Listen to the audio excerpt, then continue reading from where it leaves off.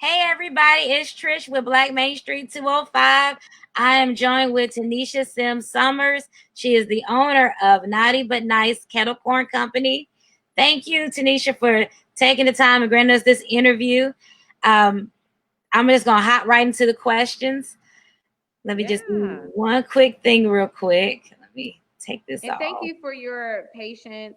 This has been such an exciting time, even in the midst of the COVID, of how we all have had to stretch ourselves and learn new ways of doing things. And so I'm still trying to master getting my virtual schedule together. Gotcha. That's why I said it's a blessing. Some of us are thriving. Some of us are being beyond blessed during this COVID-19. And so I Mhm. was like, hey, customers come with it. You got to service them. That's how you make your money. So, hey, I ain't mad at it. So tell us about Well, your thank you business. for your patience. Tell us about your business and what is your website? I'm going to try to pull it up too. Yeah. So, Naughty But Nice Kettle Corn Company. We're based here in Birmingham, Alabama. We started in 2014, and we specialize in a small batch style of crafting sweet and salty kettle popcorn. And that's why we came up with the name Naughty But Nice. So we play off of the sweet and salty, and also Hmm. the fact that the product is has a health benefit. Many people don't even realize how much protein is um, packed into the um, the product itself. So. And it's full of protein, it's full of fiber, and so it's really a guilt-free snack that you can enjoy without, you know, without feeling bad about it. Gotcha. I didn't know that myself. So I will be getting some because I didn't know. I'm Yes, trying to get yes. So all you this can eat it done. I'm guilt trying to get free. all this Yes, gone. So, yes. and what is your website? So people can find us at www.nbnkettlecornco.com. Again, that's www.nbnkettlecornco.com. And why did you start this business? Tell us what your story is. Yeah, so didn't necessarily grow up with a whole lot of entrepreneurs in my family, but my father, he started the entrepreneur journey, and he still is an entrepreneur. But what I guess resonated with me most is I understood the capacity that was needed to even make an impact on your community. Now, most people say they start a business because they want to be their own boss, and the unlimited earning potential. And while those things, I guess, can be true, there's a little caveat to both of them. I mean, number one, you have to have capital to really grow and scale a business to the point where you can even have unlimited capital. You have to know the tricks and the trades and understanding your financials to really grow sustainable businesses. And number two, being your own boss, there's that caveat to that, because, the saying goes, you entrepreneurs are the only ones crazy enough to, trade in 40 hours a week to work 80. But those 80 hours can be very purposeful as well, and it's nothing like working 40 hours and you still feel empty, right? Right.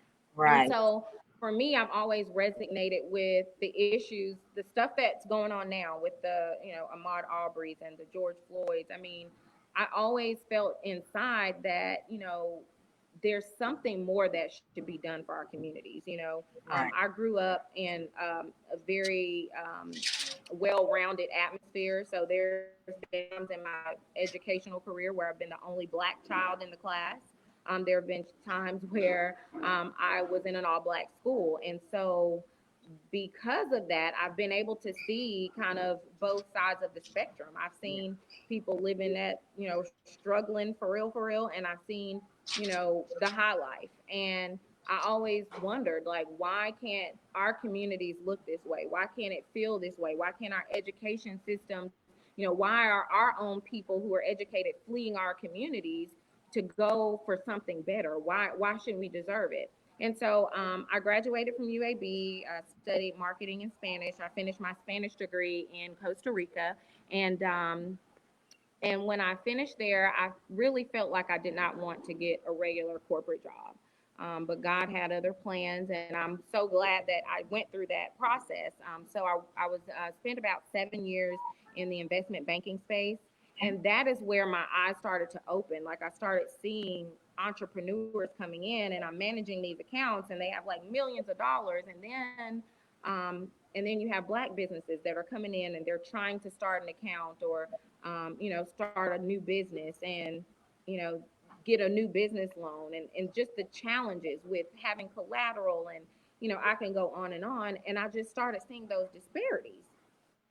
So I left the financial industry and went on to, I was in the digital marketing space. And so, I help businesses with Google AdWords and websites. And this again was another space that you call black companies, they didn't have budgets to advertise, which advertise to even really understand your target market. And so all of these things started to really come together, and I started seeing the dots. And so when I got pregnant with my second daughter, I mean my second child, who is my it was my first daughter, that was the time that I felt like on maternity leave I need to go ahead and step out on faith and try this. And so my mission and our mission as a company is to make the world and the communities we serve a sweeter place, one kernel at a time.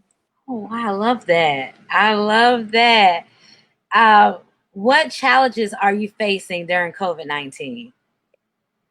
I mean, so some of the main challenges have been very aligned with what many other businesses have faced. It's just the idea of pivoting and finding out how to continue to generate revenue Yes. while social distancing. Um, you know, we have been fortunate to obtain some additional capital, which is really critical to the life or death of your business. I mean, when you run Yes. out of cash, you really cannot continue to go on. And um, so, so there were some challenges, but some triumphs there as well. We've also just trying to just go to this digital platform. So while we started the revamping of our website at the end of last year, honestly, it was an ongoing process, and we had to do some additional things. And so, redesigning or doing anything with the website, it can be cumbersome. So trying to do that and do it expeditiously, that I would say was a bit of a challenge. And then finally, just handling, knowing how much workload we can take on, considering a couple of our team members are temporarily not with us, like many companies. It's like you don't want to compromise someone who's able to get paid X amount of dollars from unemployment to come back and maybe, and that's a tough situation to be in. Yes. But Yes. we're resilient, and at the end of the day, when it's your business, you just have to figure it out, and you have to have the best interest of your team in place.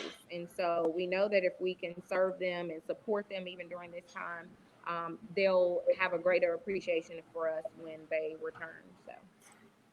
Wow. Yes. Okay. So you did state some of the solutions, but what are some more that you've come up with? The way you've pivoted during COVID-19? Well, yeah, I mean, definitely for us, it was really us digging back deep down inside. I mean, we have always been, I guess just working in that corporate space. I think a lot of times small businesses, especially black businesses, we don't put enough emphasis on coming up with those slogans, coming up with those taglines, and coming up with the vision of your company. You need to Yes. be able to articulate that. You can't just be a company selling a product Yes. and hope that everybody's going to buy. People have to connect to something of meaning, because honestly, people can get kettle corn from anywhere. But Mhm. outside of us serving the most addictive, tastiest, freshest product, we want people to feel good about supporting us, knowing that we are socially responsible, and that should be in our messaging and in our vision. And so for us, it was redefining our message. Unfortunately, as a black company and for us, we have a very diverse base, but the reality is that we're in the South, right? And And this can happen anywhere, but I'm specifically speaking of the South because this was, a big part of the segregation and civil rights movement. But and I don't know if I'm just keeping it real, and I'm sure some other black businesses, we always sometimes feel like we have to choose.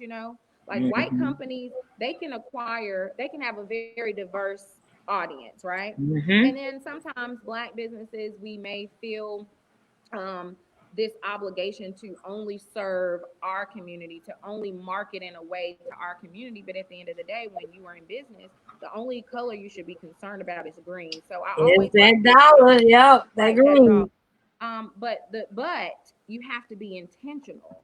And so Mm-hmm. I like to use this quote that I ran across like over a decade ago, and it says, as a business owner, your goal is to be to cater to everyone, but to serve your community. And so what that translates into is, we have to get in this space where we are creating products and services that does not limit us to just serving us, because the more revenue that you can create, now you can go back and serve your community for Yes. the issues and the challenges that are near and dear to your heart. And Yes. so I believe in collaborations with other small businesses and cross promotion. I believe in helping other businesses to create sustainable businesses. And I believe in constantly educating yourself as an entrepreneur. So I've done every small business program, I think, almost. Not every, literally, but that is offered throughout the city of Birmingham. And that is why I personally sit on the Small Business Council for Randall Woodfin for the city of Birmingham, because you have to stand for something. And so for us, that challenge was making sure that we spent more time talking about our messaging and our vision for our company. Gotcha. That is good stuff. So, how can we help you and support your business during COVID-19 and even afterwards? Well, of course, we need everybody to become pop heads, okay? That's what we affectionately refer to our customers as, a pop head. And so, and just so that you know, I can briefly read this definition, but pop heads are fun and happy people. I should memorize this, but I haven't yet. Pop heads are fun and happy people who enjoy our unique, fresh, addictive, sweet and salty kettle popcorn. They are foodie trailblazers who crave naughty but nice kettle corn for breakfast, lunch, and dinner. Um, they buy from us often and they share it with friends and family, but the struggle to share even one kernel is real. Let's see here. Pop heads hang out with us often. They rave of their experiences and they help make the world a sweeter place to live. And so we want that culture to infiltrate into our customers. So of course we're looking to just purchase from us. Know that when you purchase, that we are definitely conscious of how we reinvest our time and our dollars from our company. If you're already a pop head, if you have some people in your audience and who follow you who are already pop heads, leave a review on Google, Yelp, or Facebook. We're trying to get our reviews up so it helps other people to shop with us and make a decision. And just like our pages on Instagram and Facebook and LinkedIn, and just support us. And so in doing that, when we are conscious about where we're spending our dollars, we'll be able to really see an impact long term and in the short term in our communities. Right. So, I'm going to share your website right now. I'm going to share my screen. I Yeah. think I've got this down. I think I Okay.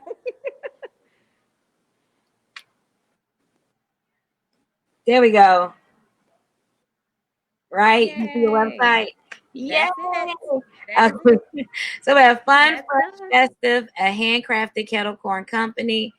You got pop services. Yes. So our pop services, that would include, we're so excited that we are launching and adding our kettle corn food truck to our business model. Of course, Oh, like I said, we've been around for 6 years, and the food truck will just allow us to be able to offer our product in a more kind of seamless way. Um, You see the and store only addition, hours. so yes, those are our hours. We are there. We're here. Yeah. So that's phone support. We believe in respecting the Sabbath, so we try not to take on too many events on Sundays. But we generally are doing community events on Fridays and Saturdays, and then Tuesdays, Wednesdays, and Thursdays we're here between 10:30 and 2:30. And so that allows our pop heads to kind of place an order and they can pick it up. We do have delivery and shipping as well. So it's popping with a purpose is what you were talking about, where as you make money in your business, you're able to invest in your community. So Correct. just Correct. That's don't just correct. service your community and just only have black customers. Everybody's your customer that wants your product, Yes. Yes. but you can reach back and you can help your community. That is I correct. love that. That's one thing that we pride ourselves on. I mean, we're popping with a purpose. So we're not just here Fundraising. just to pop and sell kettle corn. We are here to be purposeful in the people that we're serving. And so we've supported a lot of causes from breast cancer to let's see here. We've done junior achievement. Right now, we're running a campaign with the city of Birmingham. They're doing their first conference. It's called E2020. We've done fundraisers with various schools and organizations. We've supported lupus, prostate cancer, Juneteenth events, which, I will shamefully say, I really was not really that aware. And I think overall, our Black community has not put a lot of time and attention into celebrating Juneteenth, which Right. is the day that we were free. And so it was actually through just us being invited to an event that we became educated on it. This was about 3 years ago. And I was like, wow, it should be so. Why isn't this park more packed the way we celebrate 4th of July?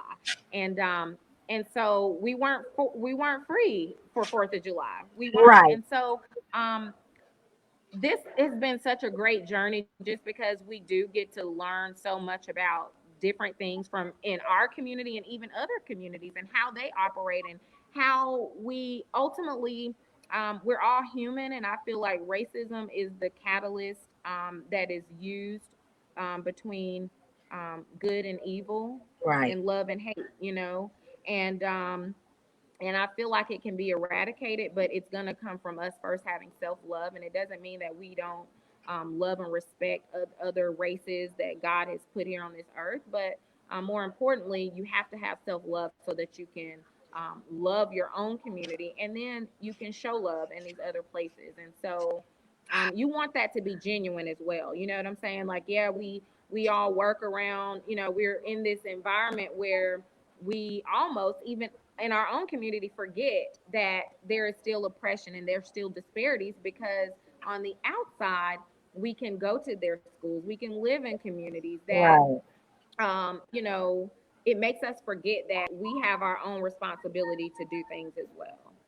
And Yes. so Everything that's um, bubbled up in me, you have said, and you said it so clearly and concisely, and you laid it out. I was like, that's everything I've been saying, y'all.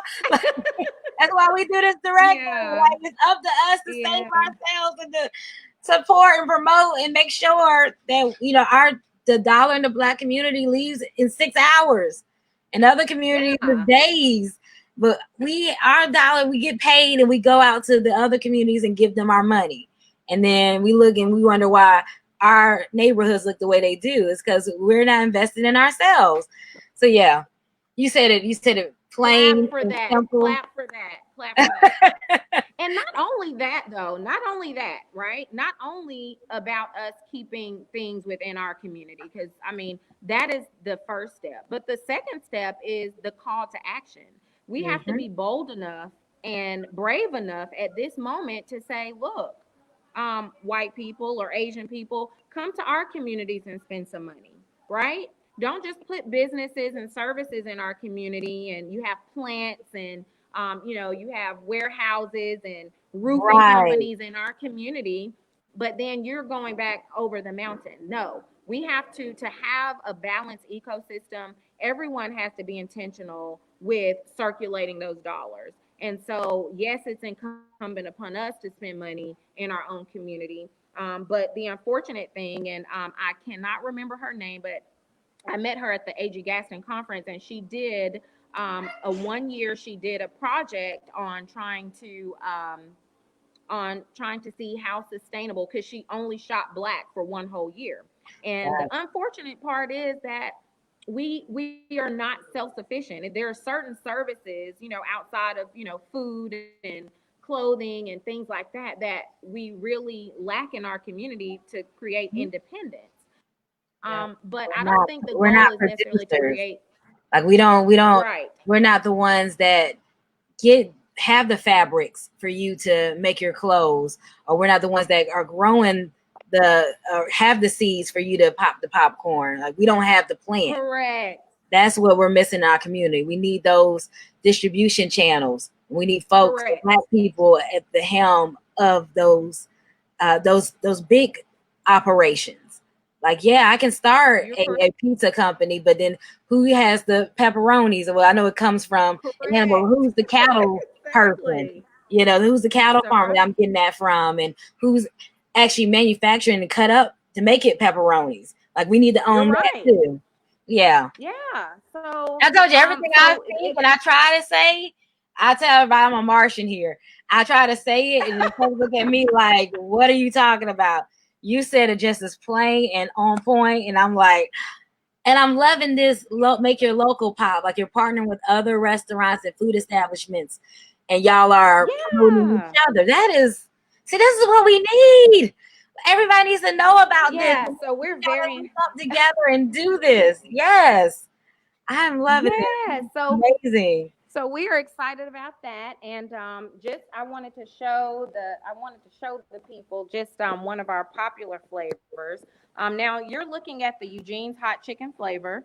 If you have not tried Zebby with Eugene's hot chicken flavor, he Nashville chicken is a combination of a sweet and spicy chicken, and it's absolutely amazing. So then we said this is perfectly aligned with our product. It's sweet, salty, and we add a little kick of spice. I'm trying to find it real quick So on that will the help people products. come back. Yes. We've partnered with, and so what we've done with our Make Your Local Pop, we've actually expanded that to partnering with food companies. And so we started with the basket company. Now Mm. we wanted her to kind of display. So the goal of it is to show the diversity of kettle corn while using other people's, leveraging their arts or crafts or food or whatever it may be. So we'd love to have some artists. If we have some painters out there who want to come up with a cute little painting of corn or something symbolic of our kettle corn. If you produce clothing, if you are a fashion designer, I mean, there are so many ways that you can infuse our product. So we want people to be creative with it. And so we're trying to figure out what that looks like. But this is our cheddar makes it better. I'm not going to touch it. I don't have on my Maybe that's gloves, gonna but call that. this is one of our popular flavors. And this is our French toast flavor. Uh oh. Let me come out of your website so I can see. Uh I'm huh. missing it. I'm missing it. There we go. Okay. Out of here for you, girl. I'm gonna take So myself this out is of it so our they can French see it toast even flavor. bigger. So this is our French toast flavor, and it's a little sweet, salty, and we infuse actual cinnamon spice in the cooking process. So you have this little coating of French toast that is on it. Now the cheddar makes it better. Look at that. Look at this cheddar, nicely coated with extra cheese. It's soft on the inside, and then it's has a little layer of crunch on the outside. And when we mix it with the French toast and cheddar, that makes the Birmingham mix. So everybody was saying, "Oh, we need a Chicago. I love Chicago mix. Do you have Chicago mix?" And we're like, "We can do that, but we're in Birmingham." Right. So first time our customer asked us about a Chicago mix, we weren't doing a caramel at the time because that's a very hard flavor to make. You know, brown sugar can burn, it gets crazy. This is one of our team members. Don't be camera shy. They're trying to be nosy, but you're camera shy. We had French toast and cheddar instead. And when we mixed the combination, the customer really loved it. This was about 5 years ago. And we started keeping that mix. And we were like, we're going to call this the Birmingham mix or the Beham mix. And Love it was it. a I hit. love And it. then yeah, so now people can be proud when they go around the world, and now we have a new mix that you can be proud of. And so these are our little mini snack packs. We're actually working on these for BBVA Compass. They ordered 170 of those, so people can order the mini snack packs. You could do jumbo bags. A lot of people are doing virtual movie nights now. Our brides, if they're doing social distancing, we did have a wedding planner who does specialty boxes to include us, and they did a Zoom wedding, virtual wedding, and they sent out cute little gift boxes to all of their guests. So uh, there are so many different ways that you can utilize this product, and it's actually enjoyable too. That's the great thing about it. Like, it's not just like a candy table that it looks pretty and then people are just, grown-ups aren't going to eat that. And surprisingly, our biggest customers are adults. Yeah. Yeah. So Now so I'm gonna get some because I did not know it was guilt free. I was like, oh, I've been missing out. yes. So okay, the movie night. This is so unrelated. I was thinking about doing that for the directory, like having where we screen one person said in a group, resurrecting Black Wall Street, like screening movies like that. Yes. And how would we can talk offline about it, but how would I be able to get it where folks who want to participate in that can get your popcorn? Right. So they'll be able to get. You said how can they get the kettle corn? Yeah, how would they be able to get it? Like they, if I say buy from So them, like don't go to the grocery yeah. store, buy from them specifically. How would they go Yes. about doing that? Yeah, so if they go to the website and we can probably create, some type of campaign, depending on when you did. So would you be doing a virtual movie night? Yes. So yeah, so I would just, we could kind of converse about the date that you're looking to plan the event, and maybe the week leading up to that event, we, just kind of promote or have a kind of special for them to come and they can come and pick up their orders. And they'll have it for the day that you're ready for the movie, and everybody can kind of sit on the screen I love and kind of that. watch the movie together. I love that so Yeah, much. we could Okay. easily do that. But Is I think you're on the right track. Just movies like 13th. It talks about the 13th Amendment. I yeah, just recently watched it last weekend, and I watched it literally 3 times. The first time just to watch it. The second time I'm like, hold up, I got to start taking notes. right. The third time was just to kind of recheck my notes, and it was just so eye opening because the thing of it is, while we do have to take a stance on holding our white brothers and sisters accountable, because we didn't create slavery, we didn't create these disparities in our community. More importantly, we have to make sure we are spending more time educating ourselves. It's not a joke. We cannot rely on other communities to, Right. and you really can't blame them. I started thinking, and I'm like, why would why would anybody give up their plush life and all of that when they're why would they do that? Why would they give up everything that is great for them to come in Give you a trying leg to up. fix thing issues of our communities? Right. When So I, yeah, when the I learned point the true is, definition of what racism is, I've completely pivoted. And that's when my life became about economics, making sure the Black community has an economic base and making sure that um, we compete economically, because that's really what racism is about. And a lot of that's people, all it we is, can and that's protest and actually what they've done. we can say change Yes. the laws, but until we have money and we can say, okay, if you want this money, you need to treat us better. If you want these taxes, you need to treat us better. Till we can collectively do that, we're going to keep having these problems because it's all by design. So once I learned that, I was like, okay, I've been going about this the whole I've been going about this wrong, because I was very involved politically, and I stopped, and I won't go into that story. And when I realized that, well, you can go into it offline with me. We need to definitely connect after this for sure. Yeah, when I realized that the definition and how slavery started and racism started with Africans being enslaved, when I learned that, I was like, okay, I'm completely off, and we go reprogram myself. Yeah, reprogram. Thank you. Reprogram myself. I don't know why I said reinvent. Reprogram myself, and let's be about these economics, because that's how we're going to solve all our problems. But people look at me like, and that's why entrepreneurship is so correct. That's why entrepreneurship is so important, right? That's why, if you decide not to be an entrepreneur, but you work in a corporation, that's why it's so important to have. I love what Serena, I'm sorry. Why did I say Serena? Yes. Her husband, who owns Reddit, the technology firm, he chose to step off of the board. Oh, you talking about Serena Williams? Yes. Okay, I thought you were talking about the local lady who's doing co-working and stuff like that. Okay, I'm sorry, I had the wrong person in mind. Yes, and her husband decided to step out of the board, and he actually he relinquished his spot to make sure that he's giving a person of color a space on the board. And so that was really heartfelt, and I was extremely excited about hearing that big major sacrifice. So yeah.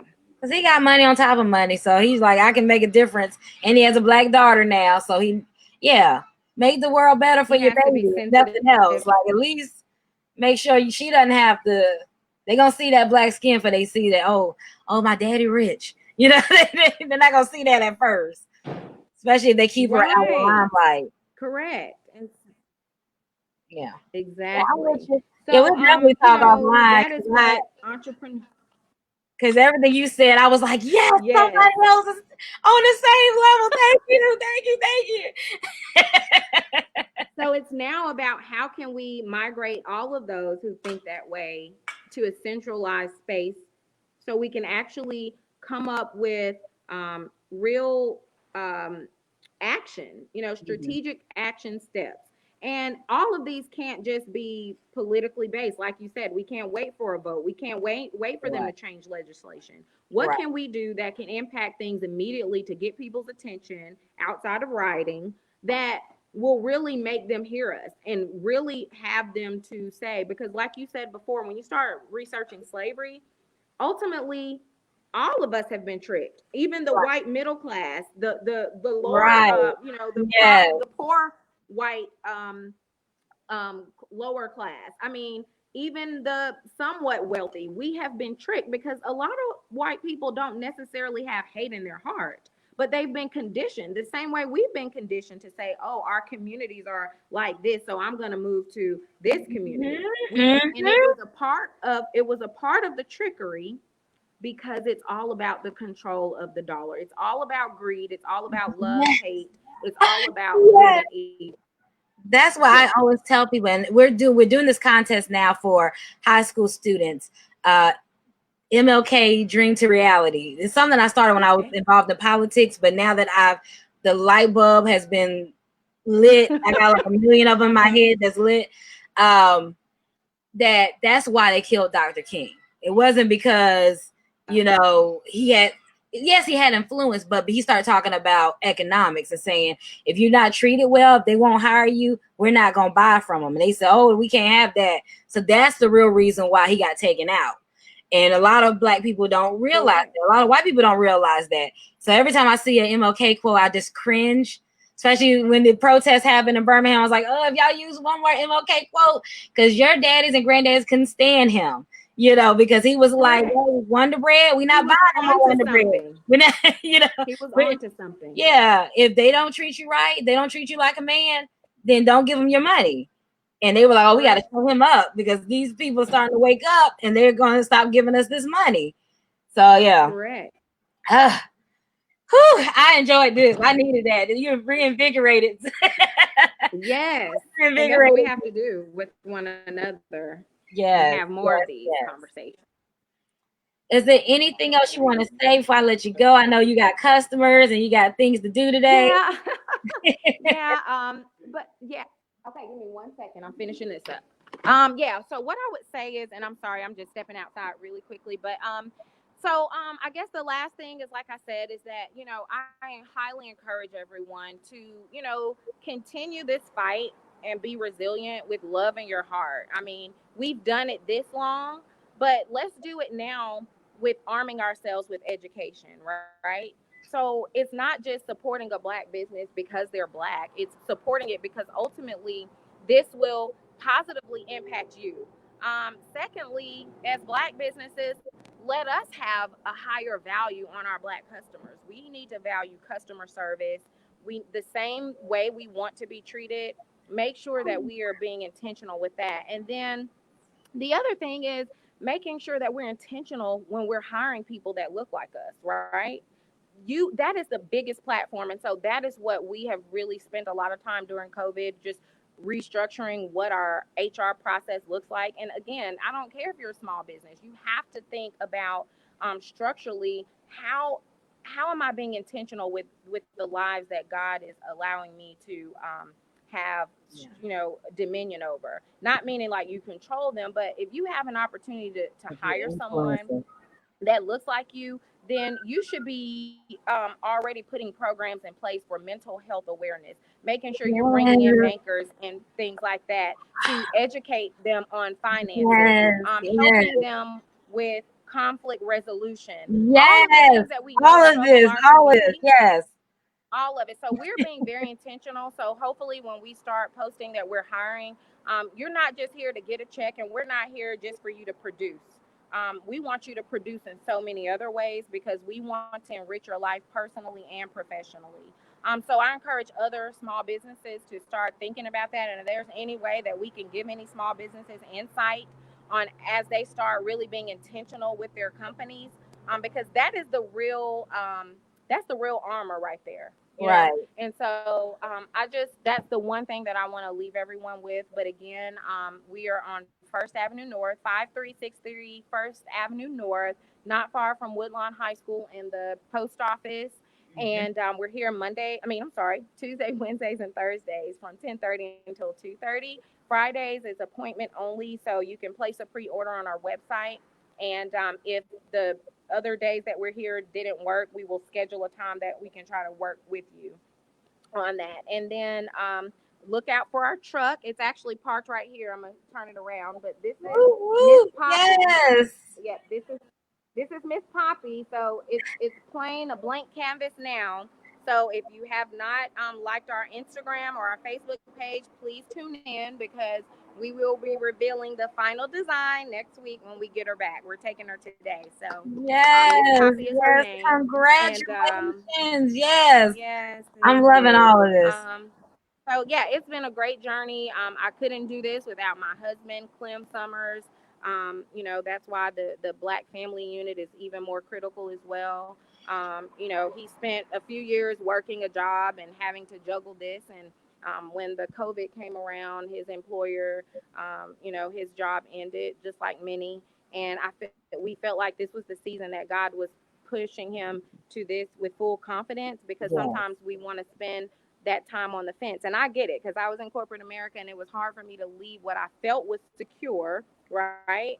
And but I knew it was my passion, and sometimes it's not always laid out perfectly and pretty. But I went to the Oprah conference, and she said, one thing that she said was, nothing happens to you, it happens for you. And so Right. we have to start changing our perspective and saying, okay, this thing happened. And even if it seems like the worst thing ever, it's the thing that you needed to catapult you to the next season. And so my Yes. children have been Yes. supported. My children have sacrificed and been so supportive. We have 4 children: Amir, Jalen, JC, and Jonna. Our 2 boys are 16. Our daughters are 6 and 4. and they work. I mean, they are working, they're learning all of these economic terminologies, and they're learning about marketing even at the age of 4 and 6, and they understand it. And so, the more we can expose our children, whether you birth them or not, the more we can expose them to these opportunities, the more they can feel empowered because they see people around them that's doing it. And Right. so I just encourage you all to just be intentional in your families, your community, and keep popping with a purpose. So come check us out and get some of this addictive kettle corn. Yes, I know. Well, my little ones love popcorn, so yeah, I would definitely be getting some. Yay! Come Yes. see us. All Come right, on over, girl. You're going to be a pop head. It's addictive. I will be. Yes. Okay. Well, with all that said, I'm gonna let you get on with your day. I got a page full of to dos that I got to get to. I know you do. But thank you so much for just Thank even you. reaching out to us and giving us an opportunity to share our story and our passion and our journey. And like I said, when I say I'm here to help any other entrepreneur, no matter where you are in your journey, I'm happy to share any resources and what I've done and what I've learned. And I want to keep, building relationships in the community. So thank you for building this platform, and we need to definitely talk offline. Yes, yes, we do. Okay, I'm gonna end this. Okay, so our tagline is was my sign off is be black and stay safe. So I'm gonna Yes. again, this is Trish Coleman with Black Main Street 205. I just interviewed Tanesha Sims-Summers, owner of Naughty but Nice Kettle Corn Company. And this Yes. was our virtual pop in. Thank you for letting us pop into your business. And with Wonderful. that, be black and stay safe. Thank you, and keep popping with the purpose. Popping with a Bye. purpose. Bye. Yes. See you later. Bye bye.